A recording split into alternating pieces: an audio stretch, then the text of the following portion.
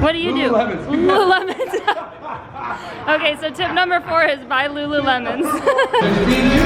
Been waiting too long. Hell no, I want that cruel love. Body on my, losing all my innocence. Yeah, body on my, finding all my innocence. Yeah, body on my, losing all my innocence. Good morning, you guys. Welcome to today's vlog. It is going to be a hamstring and glute workout. And also I figured I would record today's Training Tip Tuesday about how to grow your glutes, the best exercises to grow your bum. And yeah, I figured why not record that while I'm doing my workout. I'm gonna kind of give you guys my opinion, and then we're gonna ask Jake. I haven't asked him if he's gonna be okay with this, but I know he will be because he's real comfortable in front of the camera. So I will give you my tips and then we'll see what recommendations he has as well. That's gonna be today's video, so we're gonna get right on into it. I hope you guys enjoy it. And I need to go in and start doing some cardio because recently I've been having a very hard time waking up, and I've been like barely making it here in time to work out, so I haven't been doing cardio. And with the holidays coming up, I definitely need to maintain my cardio because I'm eating a little bit more. So let's head in, get the workout started, get the day started. I'm also helping my mom put up Christmas decorations at some of her clients' house today, so like that's super fun. It's just gonna be a good day. Training tip number 1 is you actually have to train glutes. You have to train them consistently, so not just once every other week. I would probably recommend twice a week. You definitely want to at least have 2 off days in between each session. So I would say max 3 times a week, because if you're in there getting good sufficient workouts, you're gonna be sore. I didn't realize it. I was like, what is moving behind me?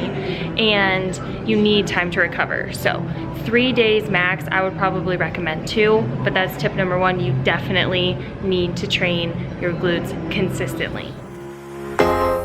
I know the sound is gonna feel alright.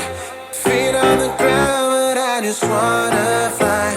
Sing it out loud until our engines die. My next tip is to incorporate compound movement. So you don't have to do them every single day. Obviously your workouts need to be different every time you lift, or not every time, but for the most part, you can't do the same workout every single time. Your muscles are gonna get used to that and you won't see progress. But you need to really, for most of your workouts, focus them around compound movements. So squats, deadlifts, sumo or traditional, and those are really gonna help you activate a lot more muscle because you're using a lot more muscle during those movements. So you're actually gonna be able to lift a lot heavier weight, and you're gonna be able to progressively overload your muscles and therefore see more results. And kind of work those, like I would start off with those as your main movements and then add in isolation exercises around that. So things like hamstring curl, leg press, leg extension. Exercises like that are all isolation movements where you're focusing on just hitting either your quad or hamstring or calf or whatever it is. And those are gonna be great to kind of fatigue your muscles after you've already done your main compound movement. Me personally, I've always loved sumo squat or sumo deadlift, and that's something after working with Jake, I've noticed he incorporates them even more than I was doing them, and since I've upped those, I've definitely seen a lot more results. So tip number 2, compound movements should be your focus, and then add in isolation exercises around that. I set you guys up in 2 rooms and people walked into those 2 studios right as I set my camera up, so they probably think I'm super weird. But my tip number 3 is going off of the compound movements. I told you guys if you do compound movements, you're actually able to lift more weight because you're engaging more muscles, and that is my tip number 3, is that you need to lift heavy. You're probably capable of lifting way more weight than you're aware of. You're very strong, and definitely make sure to push yourself. So when you're doing things like hip thrusts, that was one thing I think I forgot to mention in the last one. Barbell hip thrusts are a great way to build your glutes and your hamstrings, but they're really, really good at isolating your glutes.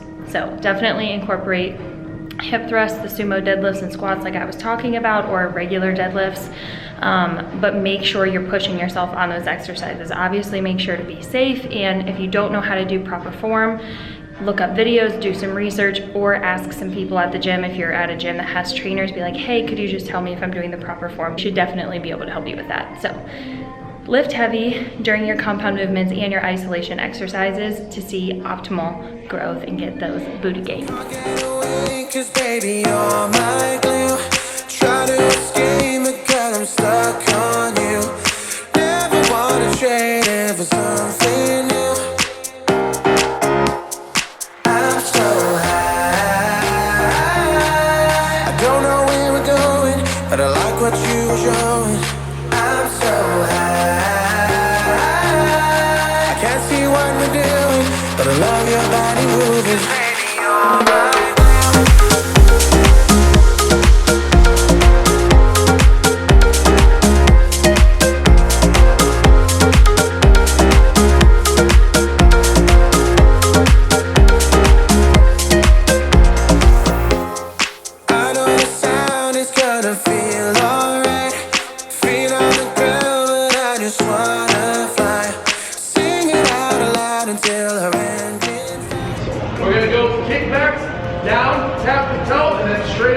Try to kick high, keep the legs straight.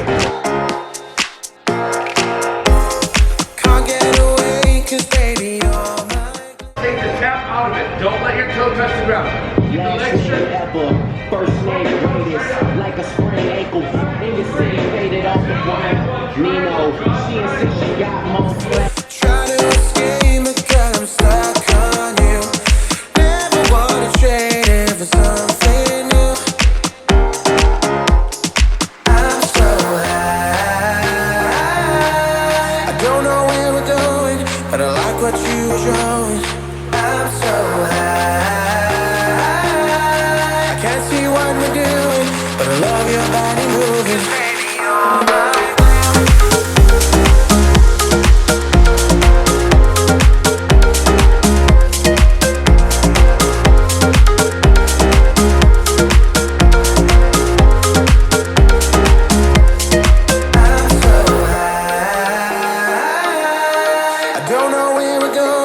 But I like what you were showing.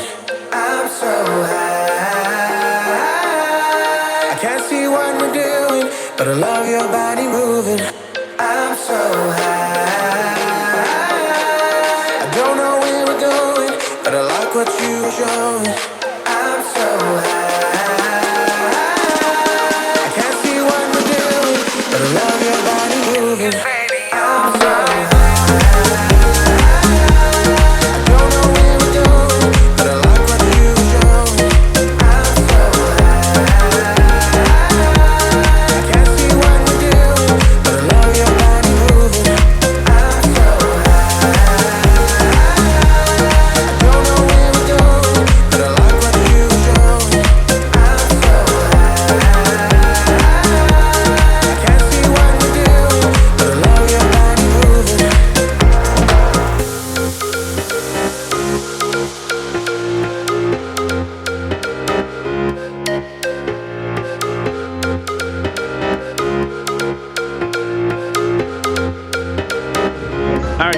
So here we have Kelly and everybody doing deficit lunges. So one of these are to get your knee to a lower point than your heel. The reason is, if you can look at the angles from the knee to the hip all the way up to the shoulder, what we're looking for is activation of the glute. You're not necessarily going to do that unless you hit the proper depth. And what oftentimes people will do squats, they'll do lunges, do whatever else, but they don't hit the actual depth to where the load actually goes to the glute. So the glute has got to take the load, all the momentum, and it has to fire in order to get back up. When you go this deep, a lot of it is hamstrings, calf, and specifically your glutes. So when we get that knee low, that's what we're looking for. We're looking for pure glute activation, a little bit of hamstring, a little bit of calf as well. Also, when we have everybody do a lot of these moves, when you go into a jump or anything that's going to cause your momentum to go up, we want you to come back down. So like, where's Dan? Well, Dan's not doing it. Gosh darn it, Dan. So when we hit a jump, or we add a jump into it, I would say you need to go immediately right into it. There's no pausing, you go right into it. There it is. So the only thing that's really pumping the brakes or stopping that momentum to keep it in control is your glutes, your hamstrings, and your calf. That's part of your posterior chain. If you can imagine, just one muscle will originate right in the next one. That's what we're looking for. We're trying to activate that entire chain. So that's why we add the jump to activate the calf. And then your hamstrings and your glutes will kind of slow everything down as you go back down. So a little bit of science behind why we do the certain things that we do. But when we do that, we get your medial glute and your gluteus maximus firing a lot harder. So if you look at the physiology, Kelly has some pretty good definition. So looking at her glutes, you can kind of see what fires every single time she jumps up and down. But that's what we're looking for. We're looking for certain muscles to fire. When we start building certain muscles or focus on certain muscles, that's what add shape to your glutes, and that's exactly what we're trying to do.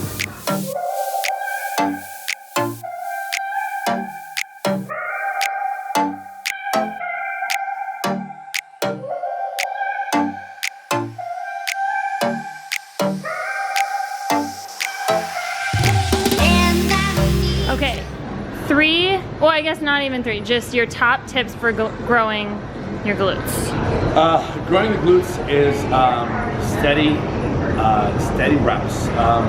What I see, especially like on Instagram, is like, hey, this is what you do to get this part of the glute working. When, for the most part, you can go through the same motion, but if you're not going slow enough, you're really not going to be able to put those muscles under tension. The bad thing about your glutes is they're very, very small. So you have your medium glute that's really, really tough to really hit. But if you hit your medial glute hard, that's what really helps shape your body. So what exercises would you recommend for that? Exercise deficit lunges. Yeah. Deficit lunges is what I had you guys do today. That really hits it. And also a kickback. If you can focus on, a lot of times when people do a kickback, their hips open up.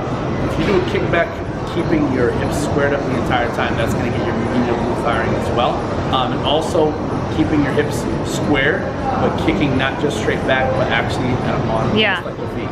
That's going to hit your medial glute as well. But going slow and steady, as opposed to just going 1, 2, 3, go up slow, down slow. Tempo is going to be very important. Another way to easily hit the glutes are squats.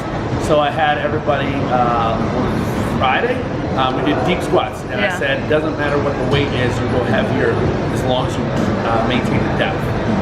30 degrees is the magic angle. So glute activation, if this is 45, if you go 30, the deficit lunges forces that. That's why they're so good for your glutes. But even if you get into a squat, a heavy squat, make sure that you get low enough. The squat isn't going to do anything if you put your trunk forward. It's a matter of trying to keep your trunk up but getting your hips down low enough to create that angle, as opposed to just kind of bending forward. At that point, if you squat down and you're bending forward, it's all low back. It's not really, that's how it should be. That was something I said, that I feel like the same thing with Instagram. I feel like a lot of people don't incorporate compound lifts enough.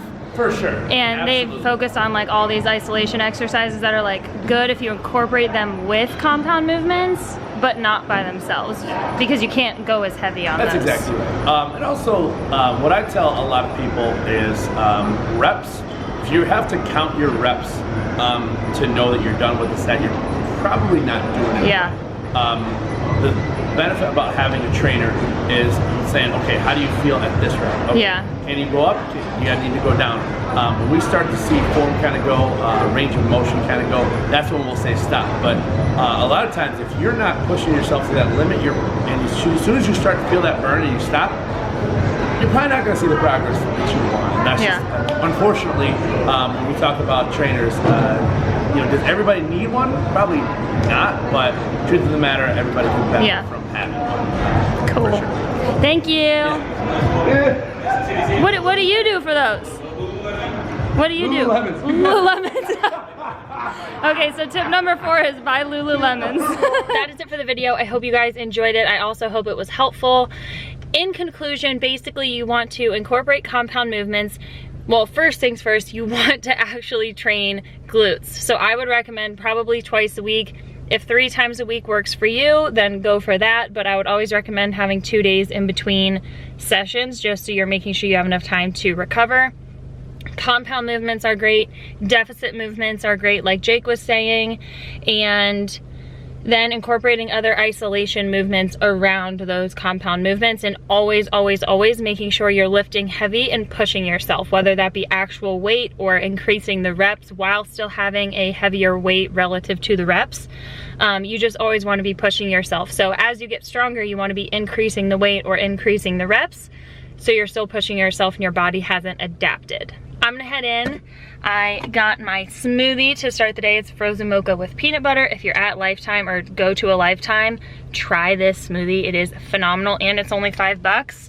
So I have a lot to get done today. I have to edit this video and get it posted in less than 2 hours. So I have my work cut out for me and I have to shower. I don't know why I do this to myself, but I wanted to record it during my hamstring glute workout because I'm like, duh, that makes sense, you know? Cool. Yeah, I will see you guys in tomorrow's video. Lil Dicky. Ooh.